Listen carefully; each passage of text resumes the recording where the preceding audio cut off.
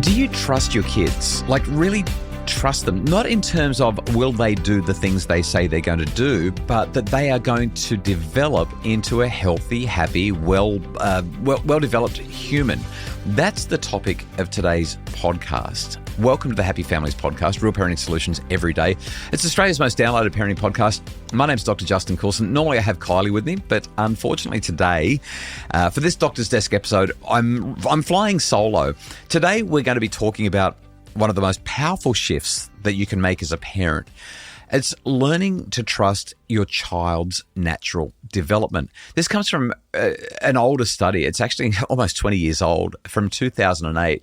A researcher by the name of Landry at McGill University did some work with some other people, including Richard Kestner, Geneviève Mailloux, and Mireille Joussemet. Lots of French names because of the area in France that we're talking about.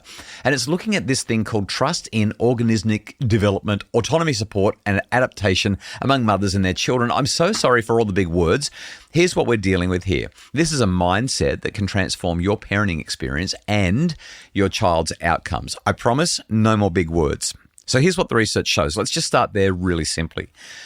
A handful of researchers at McGill Uni studied hundreds of mums over a number of years so that they could understand how parental beliefs about child development affect both parents and kids. And here's what they found. Parents who trust that children naturally develop at their own pace rather than needing constant intervention and acceleration, like my child needs all of this extra training. The parents who just trusted that their children would naturally develop at their own pace had better mental health and felt more competent as parents. In other words, the parents were thriving because they were relaxed that their children were going to develop healthily and safely and appropriately. And here's the kicker for me. Their children showed fewer behavior problems across time. So we're using observational methods, following families for years, and even comparing across cultures to understand what's going on.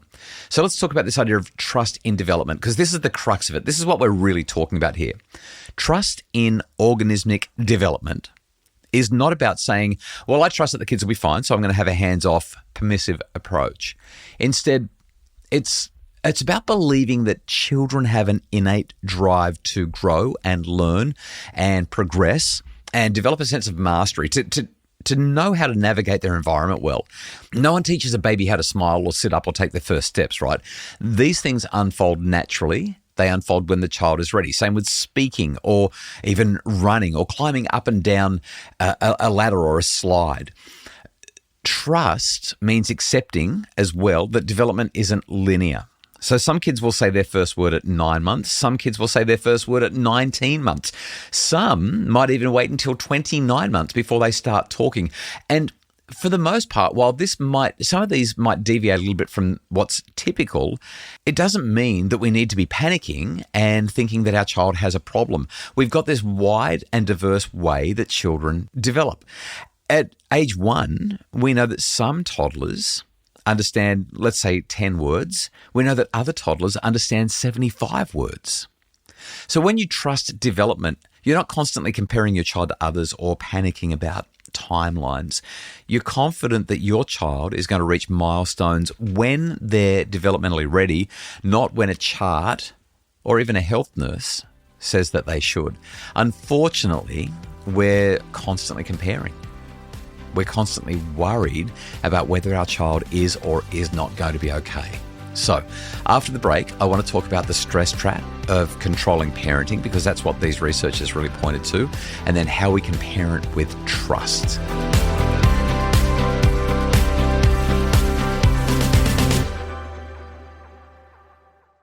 Do you trust that your child is going to develop naturally and healthily, or do you feel like you need to intervene? Do you need to step in with control all the time, or are you happy to sit back and be supportive where you're required?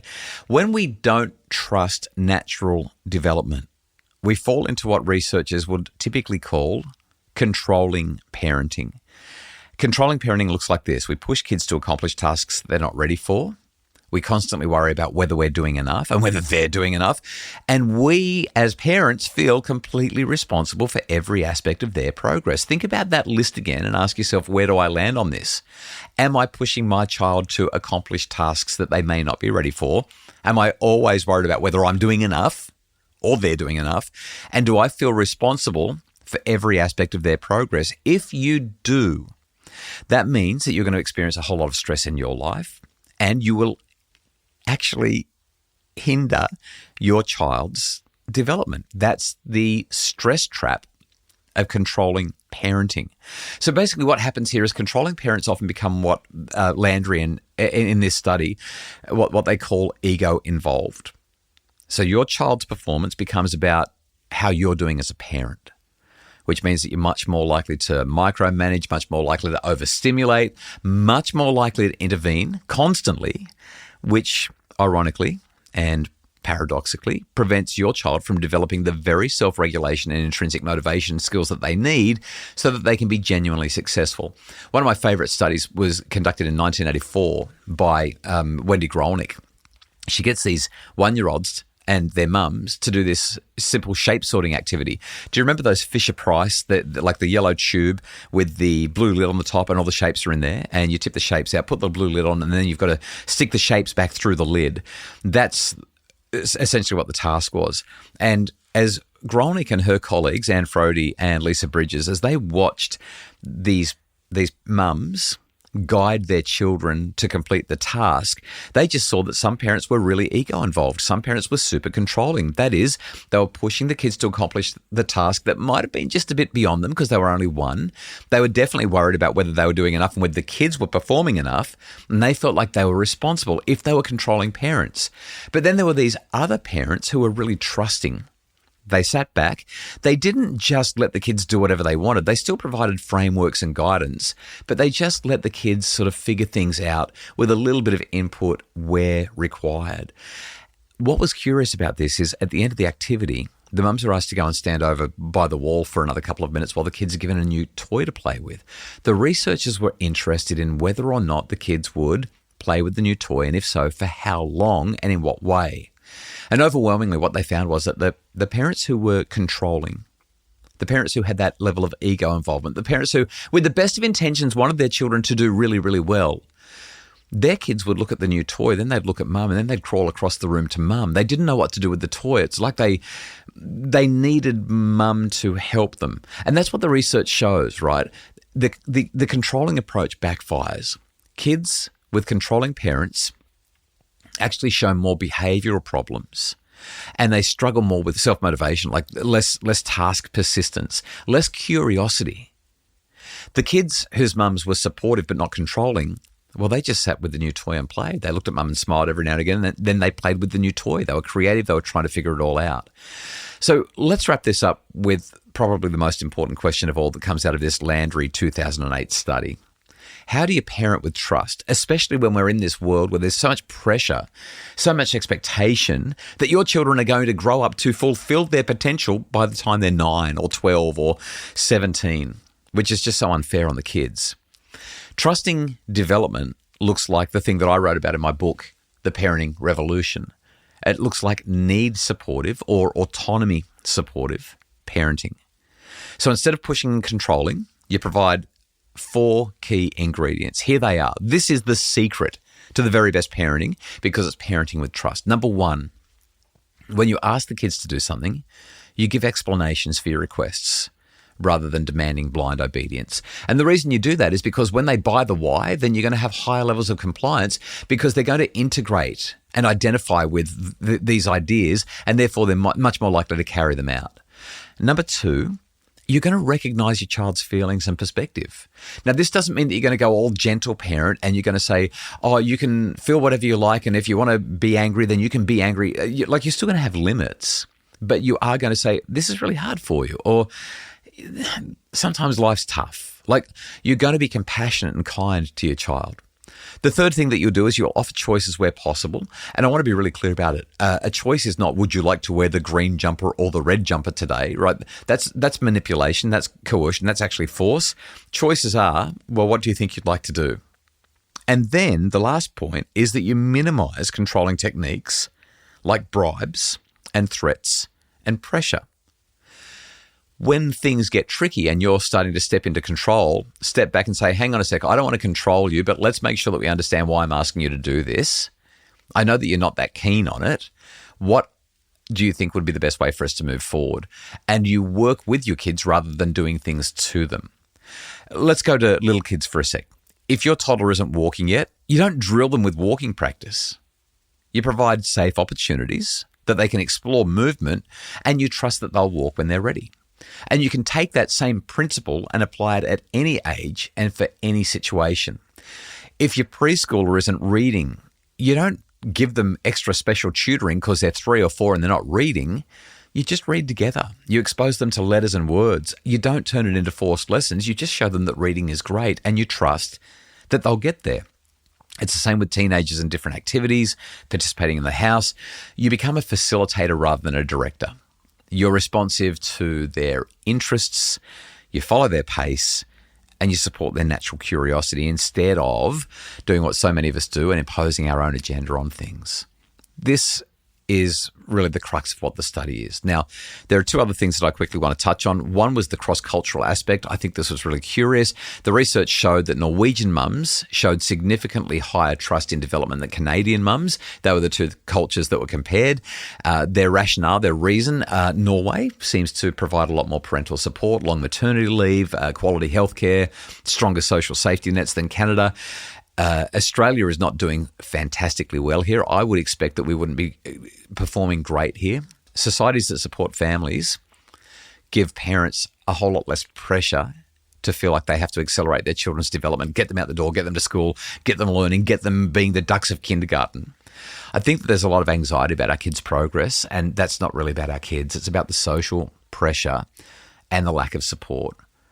And when we recognise this, we can start to separate things to properly be concerned about from cultural anxieties that we're told to be concerned about. But the practical benefits, this is where we're going to land. This is where we're going to stop. Parents who trust in their kids' natural development just have better outcomes. They report greater satisfaction and competence in their parenting role. They're less stressed because they're not constantly worried about whether the child's behind. They're making a lot less social comparisons, which protects them, and it also protects their child from unnecessary anxiety. And the kids benefit as well. The kids develop better self-regulation. They show more intrinsic motivation. They have fewer behaviour problems. They learn to trust their own capabilities. Why? Because their parents are trusting them as well.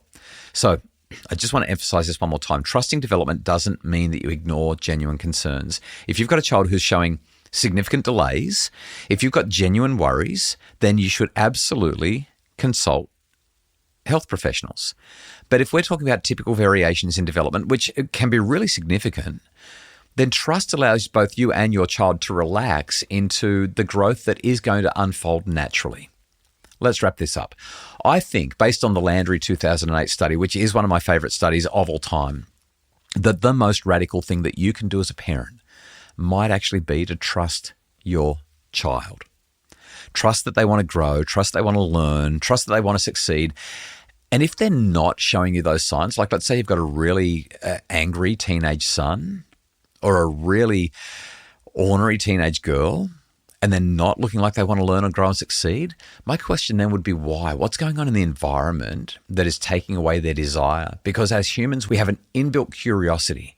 And it might be that they've lost motivation for certain things, but they're highly motivated for other things. Okay, so that means that one environment is supporting their learning and growth and another environment is not. And we want to tap into what's going on there and help them to find the things that are valuable in the environments that matter the most. I think that's about it. Oh, one more thing. I want you to trust that development will happen when your children are ready, not when they think they should be. I mean, a perfect case in point is I hated high school, but I went back to school when I was 27. And that's when I started my psychology career. Trust creates the space for authentic development, and it transforms parenting from being a stress-filled job into just the most wonderful relationship where you get to sit and enjoy supporting your child as they grow into whoever it is that they are supposed to be. Really hope that you've enjoyed this insight. I think that this is one of those studies that we just don't talk enough about, and some principles that we don't hear enough about. If you'd like more information, we'll link to the study by Landry and colleagues in the show notes. The Happy Families podcast is produced by Justin Rulon from Bridge Media, and more information and resources to support your family and trust in your children's organismic development is available in my book, The Parenting Revolution, or online at happyfamilies.com.au.